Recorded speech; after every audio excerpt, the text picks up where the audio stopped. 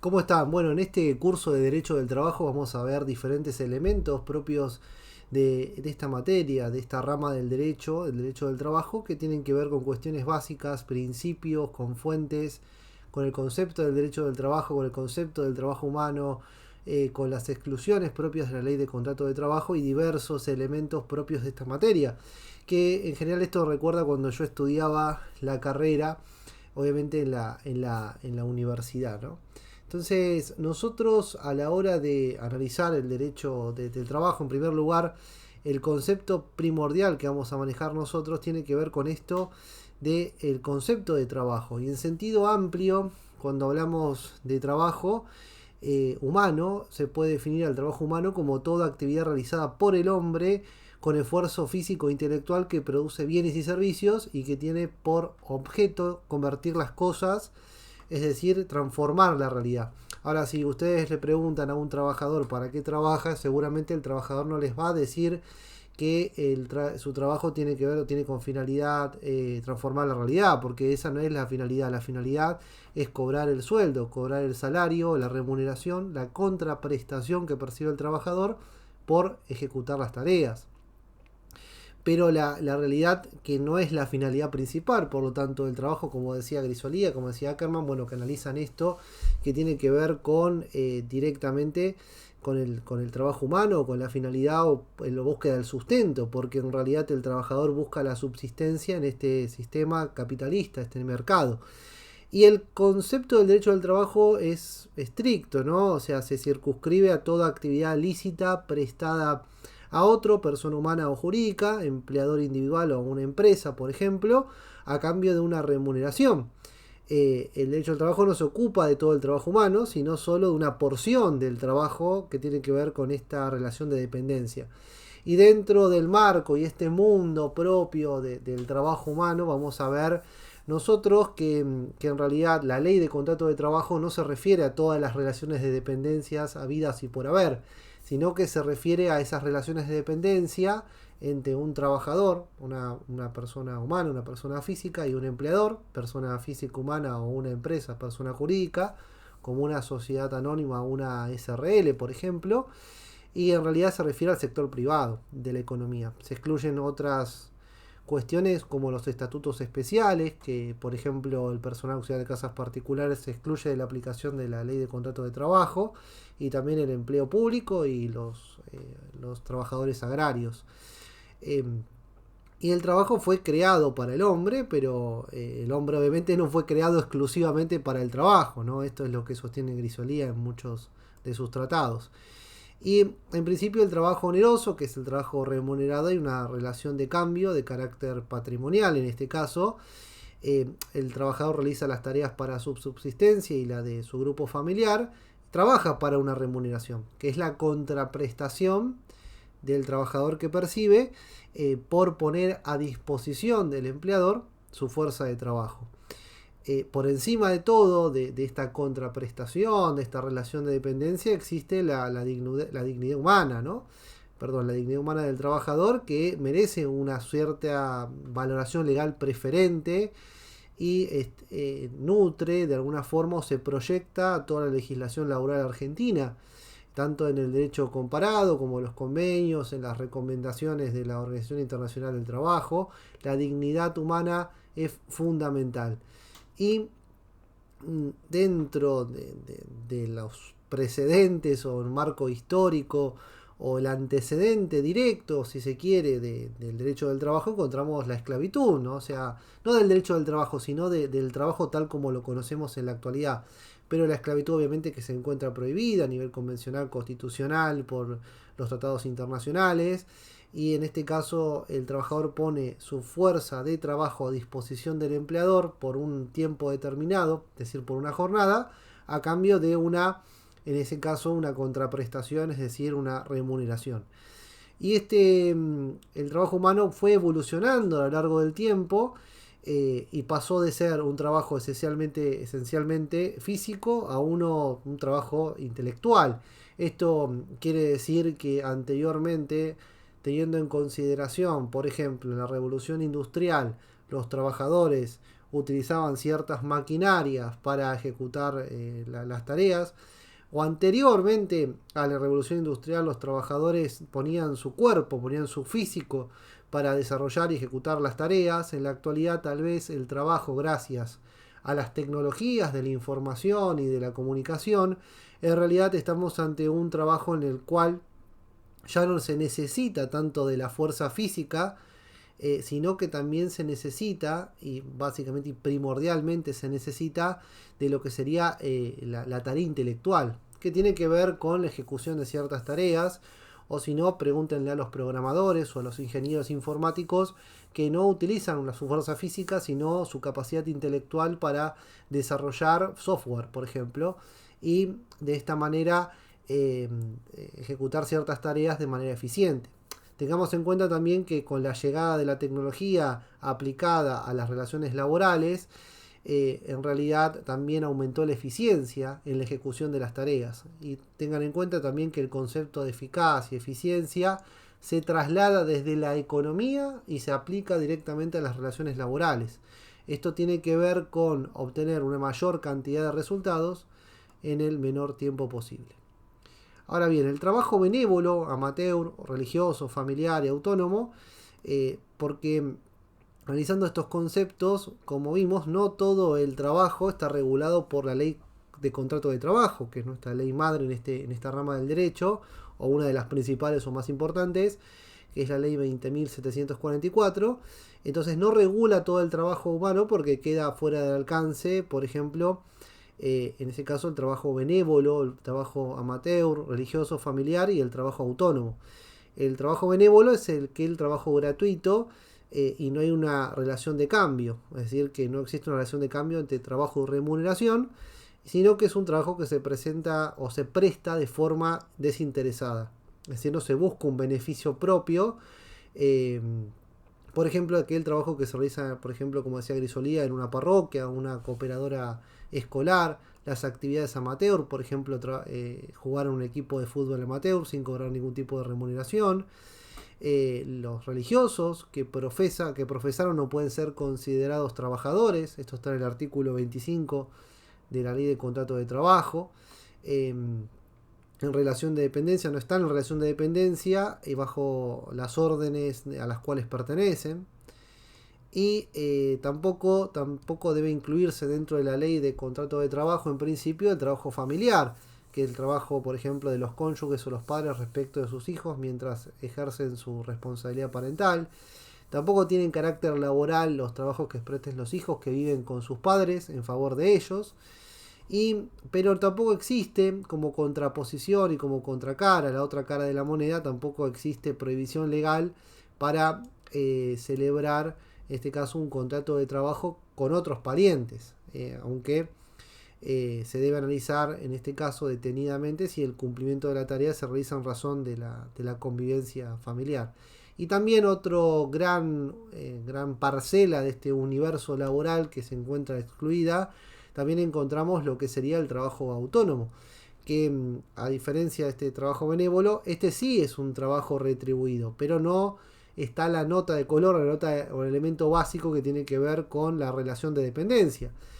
Porque el trabajador autónomo trabaja por su cuenta y riesgo, es decir, que pone su intelecto, su fuerza física, por ejemplo, eh, su tiempo, y no cumple una jornada laboral con sus limitaciones.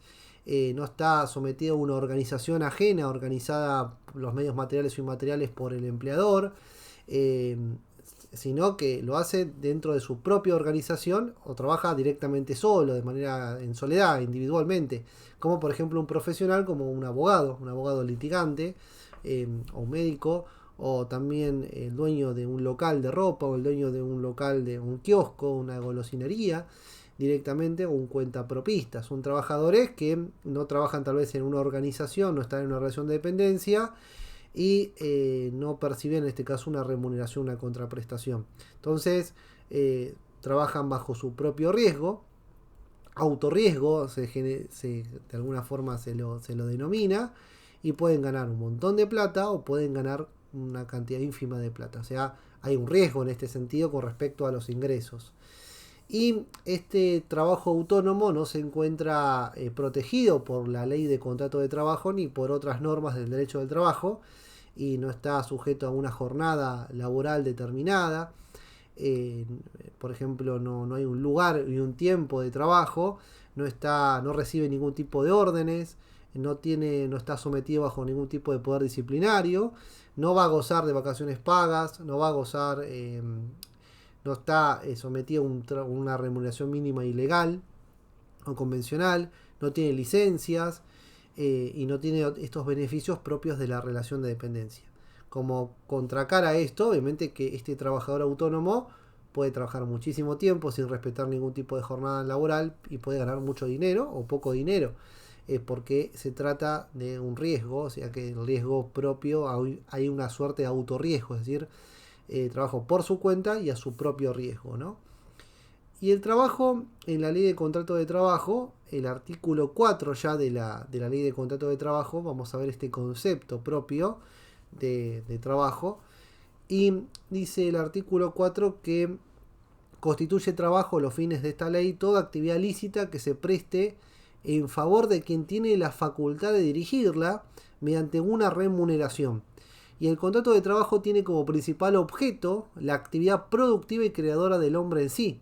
Solo después ha de entenderse que media entre las partes una relación de intercambio y un fin económico en cuanto se disciplina por esta ley.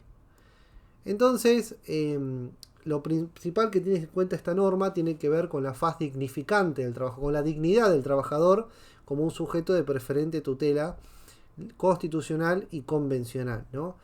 Y relega o pone en un plano secundario lo que tiene que ver con ese intercambio y al fin económico. El trabajador no es un recurso económico, un mero engranaje propio de una organización empresarial, sino que el trabajador es un ser humano que tiene dignidad y esa dignidad debe ser respetada durante el desarrollo de la relación laboral. La cuestión es qué hace indigno al trabajo. Por ejemplo, ciertas cuestiones que pueden llegar a afectar la salud psicofísica del trabajador, que esto en realidad tiene que ver con la indemnidad del trabajador, pero hay ciertas cuestiones indignas, es decir, que se obliga a los trabajadores, no sé, a cumplir determinadas actividades indignas o que pueden llegar hasta afectar su salud psicológica en algún punto. Y un trabajo indigno también puede ser aquel trabajo que de alguna forma roce la esclavitud, es decir, un trabajo totalmente precarizado. Pero por lo tanto el artículo 4, esto es fundamental, se coloca la dignidad como un valor preferente más allá de esta actividad productiva y creadora del hombre en sí. Es decir, este elemento es fundamental. Bueno, la relación de dependencia.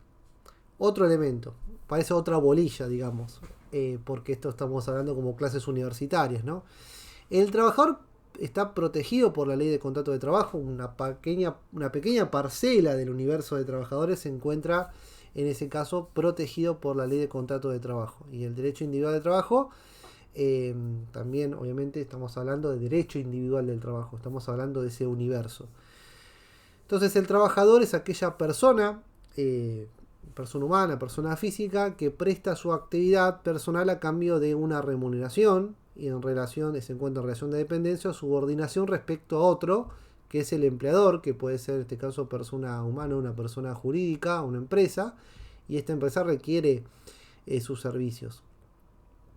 Entonces el trabajador es una persona humana y las características propias de esta relación de dependencia, del trabajador dependiente especialmente, es trabajar en una organización ajena, sometido a las directivas o instrucciones que se le imparten, está trabajando bajo el riesgo de otro, es decir, que el empleador es el que corre todos los riesgos, el empleador recibe la tarea, la dirige, y directamente el trabajador no asume ningún tipo de riesgo económico, y también el trabajador goza de la protección de la Constitución Nacional, lean el artículo 14 bis, que establece que el trabajo en sus diversas formas gozará de la protección de las leyes. También está protegido por una legislación intuitiva de fondo, que es la Ley de Contrato de Trabajo, entre otras disposiciones normativas. También tiene una remuneración mínima asegurada, que es el salario mínimo vital y móvil.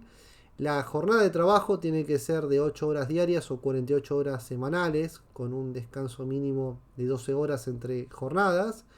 Las vacaciones deberán ser pagas y también estará protegido contra el despido arbitrario. Entre otros derechos, también podrá organizarse sindicalmente, ¿no? En realidad, también con respecto a la dignidad, este valor preferente, como estuvimos viendo, también se encuentra esto de la relación de dependencia, que entre el empleador y el trabajador existe una relación de dependencia y no es un vínculo de superior e inferior en dignidad, ¿no? No hay una subordinación, un servil, no existe la esclavitud en este caso, sino que se trata de un trabajo, como dice Carisolía, dirigido. El trabajador está bajo la dependencia o la dirección del empleador y cumple horarios, recibe órdenes y a su vez, con respecto a la relación de dependencia, la relación de dependencia hay tres elementos fundamentales. Una relación de dependencia técnica, es decir, que el trabajo se somete el trabajo del trabajador a los pareceres y objetivos señalados por el empleador. Entonces, en este caso, resulta estos objetivos o estos pareceres propios del empleador resultan mucho más amplios respecto a los trabajadores con menor calificación y más tenue en relación con los capacitados, en este caso profesionalmente, debido a su capacidad y a sus posibilidades, en este caso, y a su jerarquía, básicamente, ¿no? Porque puede haber trabajadores que tengan una jerarquía inferior y estén ultra capacitados, o trabajadores que tengan una jerarquía superior y no se encuentren capacitados para realizar determinadas actividades, pero eso es otra cuestión que puede ser charlada posteriormente. También esta relación de dependencia tiene una fase económica, que el trabajador no recibe el producto de su trabajo y no comparte el riesgo de la empresa. El trabajador pone su fuerza de trabajo a disposición del empleador a cambio de una remuneración y no se beneficia ni se perjudica por las ganancias o pérdidas derivadas de la explotación. Es decir, que el trabajador es un sujeto, una persona humana física totalmente ajena a los riesgos y a su vez tampoco se beneficia con el producto. Es decir, que por ejemplo, si el trabajador fabrica zapatillas, en realidad no se beneficia con la venta de esas zapatillas. Directamente sí, porque percibe una remuneración debido a las ganancias, pero no es que sale y vende la zapatilla y se queda con tengo una pelusa acá, me parece. Que se queda con el 100% de la obtención de esa ganancia con respecto a esa zapatilla, ¿no? Y también la relación, en este caso la relación de dependencia, también tiene una faz jurídica, que es una característica fundamental para configurar la dependencia y consiste en esta posibilidad jurídica del empleador de dirigir en el empleo la conducta del trabajador hacia los objetivos de la empresa, ¿no? Que el objetivo principal de la empresa tiene que ver con esto de obtener ganancias. Y el trabajador a su vez está sometido a la autoridad del empleador, que tiene facultades de organización, dirección, control y poder disciplinario. Con respecto al poder disciplinario, el empleador, por ejemplo, puede aplicar apercibimientos o suspensiones sin goce de haberes. Esto es muy grave, ¿no? Pero se dan circunstancias excepcionales que ameritan aplicar este tipo de poder disciplinario. Pero bueno, esto es la faz o los elementos propios de lo que sería la relación de dependencia. Con respecto al derecho del trabajo, en sentido amplio se puede definir al derecho. Primero vamos a definir qué es el derecho, ¿no? Como un conjunto de principios y normas jurídicas coercitivas que regulan la conducta del hombre en sociedad. Entonces el derecho debe ser entendido como una unidad sistémica, un conjunto de normas jurídicas coercitivas. ¿Qué quiere decir esto? Normas jurídicas que son aquellas normas que son sancionadas de acuerdo a un procedimiento especial ante la legislación, básicamente el poder legislativo. Y el derecho del trabajo forma parte de su universo de normas y está constituido por un conjunto de principios, normas jurídicas que regulan las relaciones pacíficas y conflictivas que surgen del hecho social del trabajo dependiente y las emanadas de las asociaciones sindicales, cámaras empresariales y grupos de empleadores entre sí con el Estado. Porque en realidad cuando hablamos de derecho del trabajo no nos estamos refiriendo solamente a relaciones individuales entre trabajador y empleador, empleador-trabajador, sino también a relaciones derecho del trabajo colectivo, en el cual estamos hablando ya directamente del Estado y de las organizaciones sindicales que representan a los trabajadores y a aquellas organizaciones empresariales que representan a los empleadores. Y los acuerdos celebrados entre estos dos sectores, entre esos dos sectores propios de las relaciones colectivas del trabajo, surgen los famosos convenios colectivos del trabajo, que también vamos a ver. Pero bueno, hay relaciones pacíficas y hay relaciones conflictivas, individuales y colectivas, y tengan en cuenta esto y presten atención a esto, porque el derecho del trabajo no solamente se compone de normas jurídicas de un punto de vista totalmente positivista, sino que también está constituido por principios. Esto es fundamental, como por ejemplo uno de los principios máximos del derecho del trabajo tiene que ver con el principio tuitivo o protectorio. Bien, bueno, en realidad la esencia del derecho del trabajo está dada por el contrato individual del trabajo. Contrato de trabajo, esto es fundamental. Entonces, el derecho del trabajo tiene como principal elemento el contrato de trabajo. Y es tan importante este contrato de trabajo, como decía la doctora Ferreiros, que ha dado lugar a toda una rama de derecho. O sea, el derecho del trabajo ha sido generado sobre las espaldas propias de este contrato de trabajo. Y el contrato de el derecho del trabajo contiene normas imperativas que restringen la autonomía de la voluntad. Esto se debe a que las partes no se encuentran a la hora de contratar en un pie de igualdad, como diría por ejemplo el derecho civil, sino que existe un desequilibrio entre las partes contratantes, entre el trabajador y el empleador existe un desequilibrio, y ese desequilibrio se tiende a equilibrar mediante disposiciones normativas emanadas gracias a el legislador. Es decir, que el legislador pensó en subsanar ese desequilibrio existente entre el trabajador y el empleador mediante la sanción de normas, como por ejemplo la ley de contrato de trabajo. Hay una evidente desigualdad, esto se denomina hiposuficiencia o inferioridad prenegocial del trabajador, y esto quiere decir que a la hora de negociar un contrato de trabajo entre el trabajador y el empleador existe una relación de inferioridad. Y el fin perseguido por el derecho del trabajo es proteger a los trabajadores. Es una herramienta, es un medio del derecho del trabajo para igualar a los trabajadores y a los empleadores, y se genera de esta forma desigualdades artificiales para compensar las diferencias preexistentes.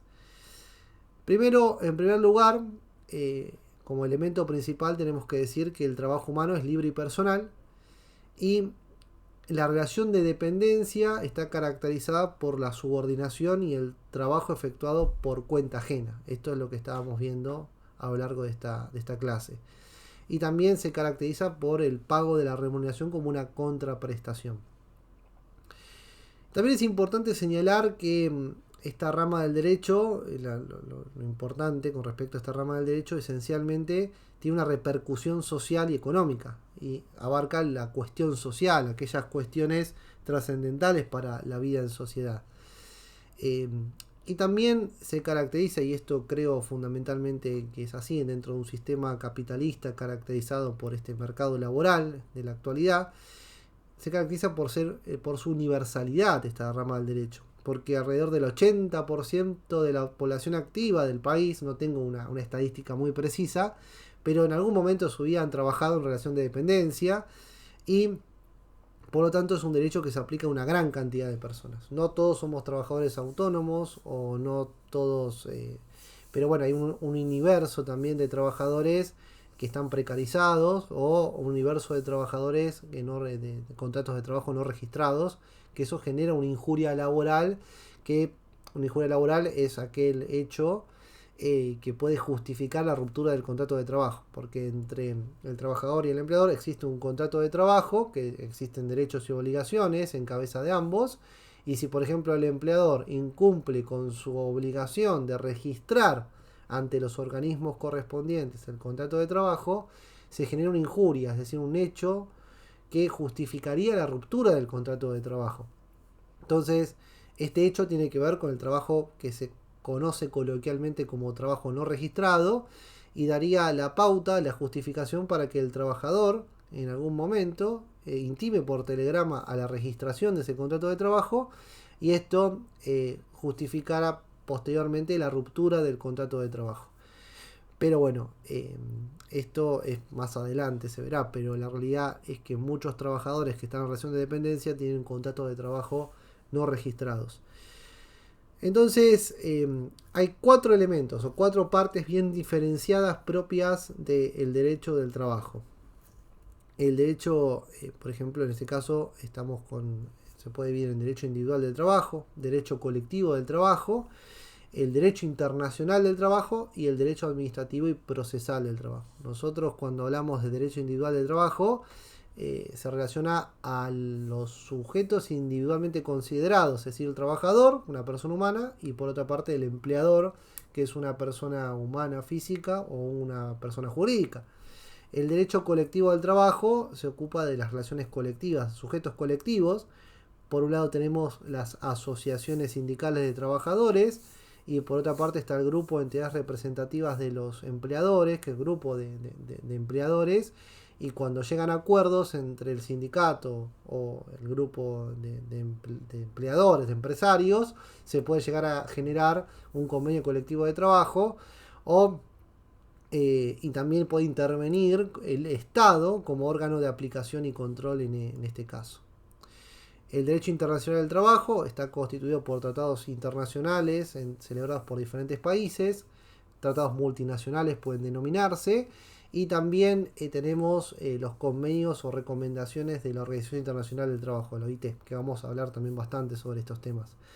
Y después tenemos, como se aclara por muchos autores, también está aclarado por muchos autores, tenemos otro elemento propio del derecho del trabajo, que es el derecho administrativo y procesal del trabajo, y que se ocupa del procedimiento administrativo ante el Ministerio de Trabajo, que actúa como veedor, mediador o árbitro de los conflictos individuales, por ejemplo en el servicio de conciliación obligatoria denominado SECLO, y también está referido a este derecho procesal del trabajo el procedimiento judicial, en la órbita judicial ante los tribunales del trabajo en Provincia de Buenos Aires, o los juzgados nacionales del trabajo en Capital Federal, o los diferentes juzgados u organismos jurisdiccionales en las diferentes provincias. Pero bueno, en este caso estos conflictos individuales o colectivos pueden ser llevados ante estos organismos. En cuanto el contenido, básicamente, podemos decir que tanto la relación de trabajo y la relación de dependencia específica del trabajador con respecto a su empleador constituyen el eje central del derecho del trabajo. Hay una relación privada e individual entre trabajador y empleador, y también se extiende esta relación de dependencia a las relaciones colectivas en las que intervienen las asociaciones profesionales de ambas partes y el Estado, y adquiere en este caso una gran importancia los convenios colectivos del trabajo.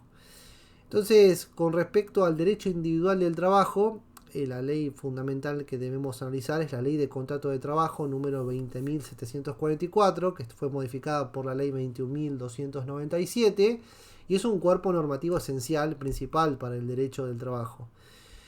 Hubo grandes modificaciones, por ejemplo se modificaron 15 artículos entre los años 2006 a 2018, y también rige todos los contratos de trabajo celebrados en el país o en el exterior, mientras estos contratos del trabajo se ejecuten en nuestro país, porque bien sabemos que puede pasar, por ejemplo, la transnacionalización del trabajo, puede llegar a pasar que el contrato de trabajo sea celebrado en otro país con sus elementos propios, pero a su vez suceda que se ejecuten en nuestro país. Y si se ejecuta el contrato de trabajo, se desarrolla el contrato de trabajo en nuestro país, entonces básicamente en ese caso se aplicará la ley de contrato 20.744, esa relación de dependencia.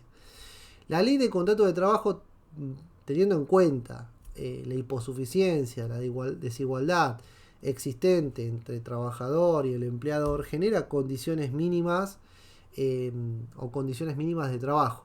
Todo contrato que está ejecutado en el territorio argentino sin importar el lugar de celebración ni la nacionalidad de las partes, se va a aplicar la ley de contrato de trabajo. Esto surge del artículo 2 de la LST, como se dice, que es la ley de contrato de trabajo, fundamentalmente, que se tenga en cuenta, que es la ley marco, la ley esencial que nosotros vamos a tener en cuenta en este caso.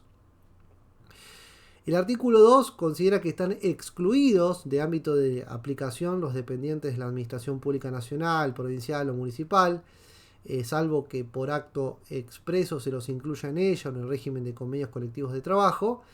También se encuentra excluido el personal de casas particulares, conforme el inciso B del artículo 2 de la LST, que este personal auxiliar de casas particulares es una relación específica de dependencia, un régimen especial, que fue modificado por la ley 26.844 y podría llegar a aplicarse a este régimen especial, que es del personal auxiliar de casas particulares, que anteriormente se denominaba empleadas domésticas, pero las disposiciones de la ley de contrato de trabajo son aplicables si resultan compatibles y no se oponen a la naturaleza y modalidades de ese régimen.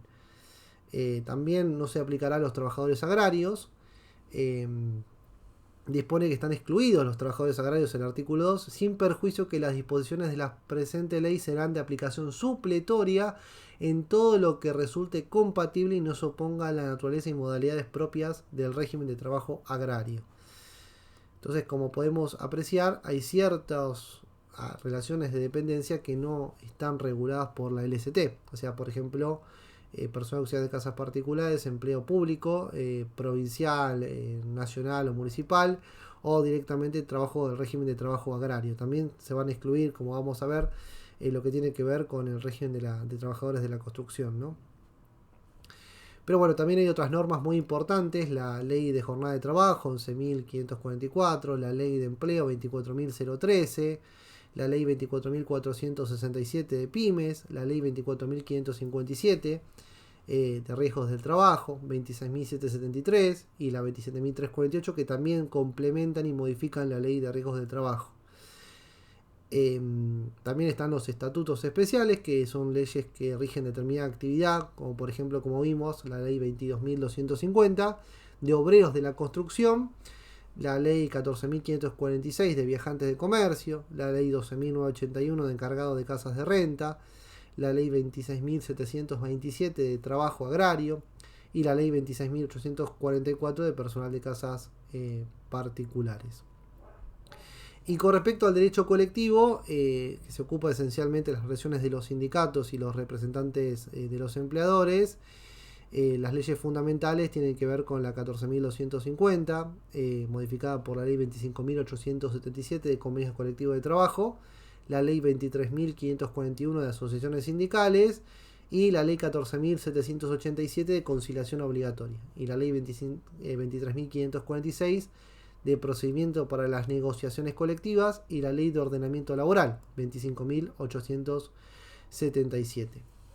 Esos son todos los elementos que nosotros estamos viendo con respecto al sistema normativo imperante.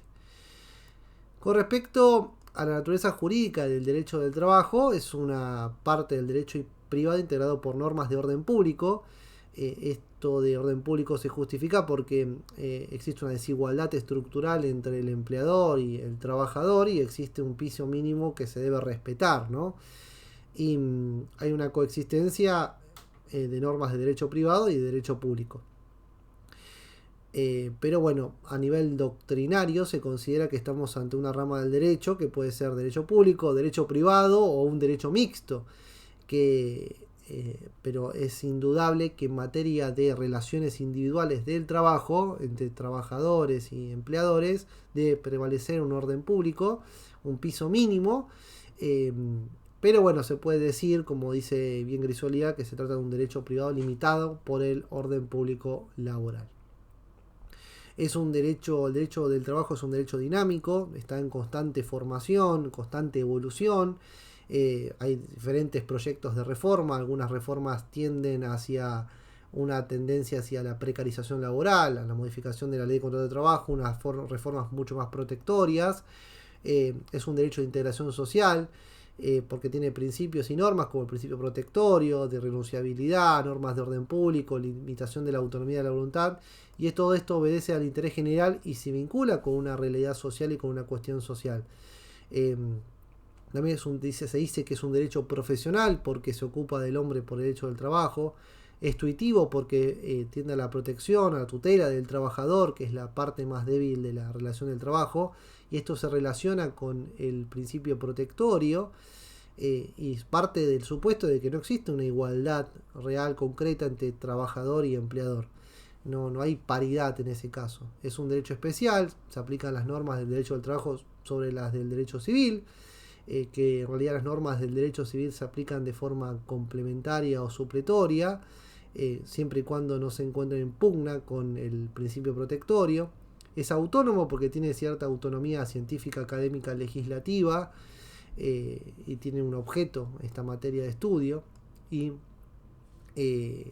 conforma una unidad sistemática y a su vez también una unidad académica de estudio, fundamentalmente, que tiene en cuenta la realidad social que está caracterizada por la existencia de este contrato de trabajo. Y tengamos en cuenta, como vimos, que el 80% de la población activa trabaja en relación de dependencia a cambio de una contraprestación, es decir, de una remuneración. Esto quiere decir que no toda la gente que forma parte de la población activa se encuentra en relación de dependencia, pero son los menos, es decir, que se encuentran como trabajadores autónomos que no forman parte de esa relación de dependencia. Con respecto al carácter protectorio y el orden público laboral del derecho del trabajo, el derecho del trabajo es tuitivo, no existe una igualdad en las partes, se protege directamente al trabajador con una especie de paraguas tuitivo, que es la parte más débil de la relación de trabajo, y el empleador obviamente que puede imponer ciertas condiciones de acuerdo a sus recursos, a su capacidad, y solamente los trabajadores cuentan con algo, que es su fuerza de trabajo o su capacidad de trabajo. El principio protectorio nace especialmente del artículo 9 de la Ley de Contrato de Trabajo, LST, pero la esencia de ese principio protectorio se encuentra en toda la Ley de Contrato de Trabajo, en las diferentes disposiciones normativas, como por ejemplo la Ley de Jornada Laboral 11.544. Está también fijada en el artículo 14 bis de la Constitución Nacional, cuando se dispone que el trabajo en sus diversas formas gozará de la protección de las leyes, y el fundamento de ese principio protector está en la desigualdad existente entre trabajador y empleador.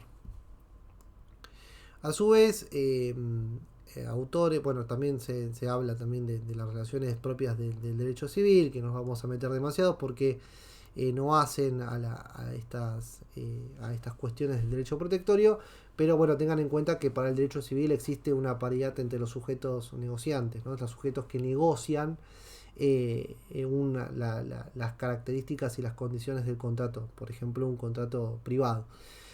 Y el orden público laboral implica que en la relación laboral el empleador debe respetar las condiciones mínimas establecidas en la LST o en el convenio colectivo aplicable. El empresario puede pactar con el dependiente condiciones más favorables para el trabajador, pero no más perjudiciales, ¿no? Y no se limita la libertad de contratación, sino que una vez que está concretada la relación de trabajo, las condiciones deben subordinarse a las normas ineludibles que constituyen el orden público laboral. Es decir, que existe un orden público laboral con unas condiciones, un piso mínimo que debe ser respetado a la hora y debe ser tenido en cuenta a la hora de negociar ese contrato de trabajo. Pero bueno, también esas normas son inmodificables por las partes en sentido negativo y se produce una limitación de la autonomía de la voluntad, es decir, que no existe una libertad absoluta a la hora de contratar y establecer las condiciones de trabajo, y un mínimo de garantía social con carácter necesario e imperativo. Pero bueno, es un concepto demasiado complejo, el concepto de orden público laboral. Por ejemplo, Jambías decía que orden público sería el conjunto de principios eminentes, religiosos, morales, políticos y económicos a los cuales se vincula la digna subsistencia de la organización social establecida. Y, por ejemplo, para Salvat, el orden público resulta de un conjunto de principios de orden superior, políticos, económicos, morales y algunas veces religiosos. a los cuales una sociedad considera estrechamente vinculada a la existencia y conservación de la organización establecida. Como podemos ver, el concepto de orden público es bastante indeterminado y la realidad es que es bastante impreciso a la hora de tener en cuenta. Pero la realidad que tengamos en cuenta fundamentalmente cuando hablamos de derecho laboral, de orden público, la realidad es que tengamos en cuenta todos estos elementos, como por ejemplo el principio protectorio, el orden público y todas estas cuestiones que son fundamentales a la hora de analizar esta rama del derecho. El orden público se constituye como una limitación a la autonomía de la voluntad y hay ciertas cuestiones que ineludiblemente deben respetarse a la hora de negociar las condiciones de trabajo. Como pudimos ver en este video, hemos analizado el trabajo humano, hemos analizado el orden público laboral, hemos analizado el principio protectorio, hemos analizado el derecho individual y el derecho colectivo. Espero que este video les haya gustado. Esta es la primera clase que doy acerca de esta fascinante materia y nos vemos en